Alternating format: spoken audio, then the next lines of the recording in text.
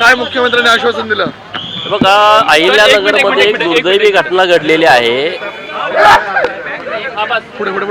अहिल्यानगरमध्ये शुक्रवारी अहिल्यानगर महानगरपालिकेचा कर्मचारी मुकुंदनगर एरियामध्ये गेल्याच्या नंतर त्याच्या कपाळावरती टिळा आहे एवढं कारण काढून त्याला मरेपर्यंत मारहाण केलेली आहे। त्याचा मृत्यू झालेला आहे आणि काल आम्ही अहिल्यानगरमध्ये गेलो होतो।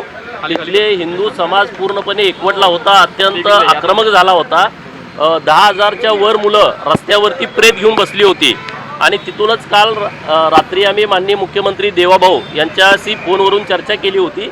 त्यांनी काल फोनवरून सक्त सूचना दिल्या होत्या आणि एका मिनिटामध्ये ते आंदोलन संपलं। पार्थिवाचा पुढचा विधी केला। आज मी माननीय मुख्यमंत्री महोदयांची भेट घेतलेली आहे आणि माननीय मुख्यमंत्री महोदयांनी या सर्व कामामध्ये योग्य त्या सूचना दिलेल्या आहेत। सरकारी वकील नेमणं, फास्टॅग कोर्टामध्ये ही केस चालवणं आणि जे राहिलेले आरोपी आहेत त्यांना अटक करण्याच्या सक्त सूचना माननीय मुख्यमंत्री महोदयांनी प्रशासनाला दिलेल्या आहेत। अद्याप काही आरोपी फरार आहेत त्या ठिकाणी।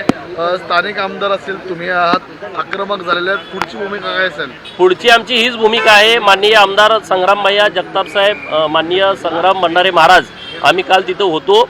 जे आरोपी राहिलेले आहेत किंवा ज्यांनी मदत केलेली आहे, कारण ही मुलं तिथून संभाजीनगरला गेली, तिथून हैदराबादला गेली, ते काय असंच जाणं शक्य नाही। त्यांच्या पाठीमागं कुणीतरी आहे आणि विनाकारण दुसरा कुठलाही त्यांचा वाद नसताना फक्त कपाळावरती टिळा आहे आणि तो विषय मर्डरपर्यंत जातोय, तर ह्याच्या मुळापर्यंत जावं हीच आमची मागणी आहे। त्यांचा कोण मुख्य आरोपी असेल त्याला अटक करावी अशी मागणी केलेली आहे। ज्या पद्धतीने अहिल्यानगरमधली घटना आहे, या घटनेवरती जैन मुनी यांनी म्हटलेलं आहे की कुठेतरी भवानी तलवार सोबत प्रत्येकाच्या घरात ठेवणं गरजेचं आहे। निलेश चंद्र जैन मुनी आहे। बघा, आता अहिंसा परमो धर्म म्हणणारे हे सगळे जैन महाराज सुद्धा या भूमिकेत आलेले आहेत। म्हणजे समाजामध्ये किती प्रचंड मोठा रोष आहे। महाराजांनी ही जी भूमिका घेतलेली आहे ही भूमिका योग्य आहे, या भूमिकेचं मी समर्थन करतो। दुसरीकडे राष्ट्रवादी पुन्हा एकदा एकत्र येण्याच्या चर्चा सुरू झालेल्या आहे।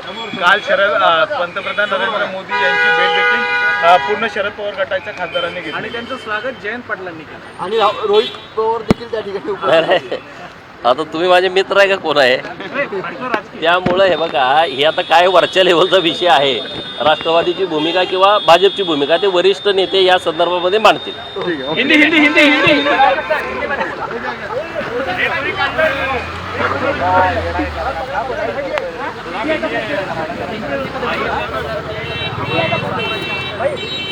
धीरज परदेसी, इनकी हत्या कई जिहादी लोगों ने की है, उसके खिलाफ कल अहिल्यानगर में 10,000 से ज़्यादा ऊपर लड़के, हिंदू लड़के रास्ते पे आए थे और आंदोलन किया था।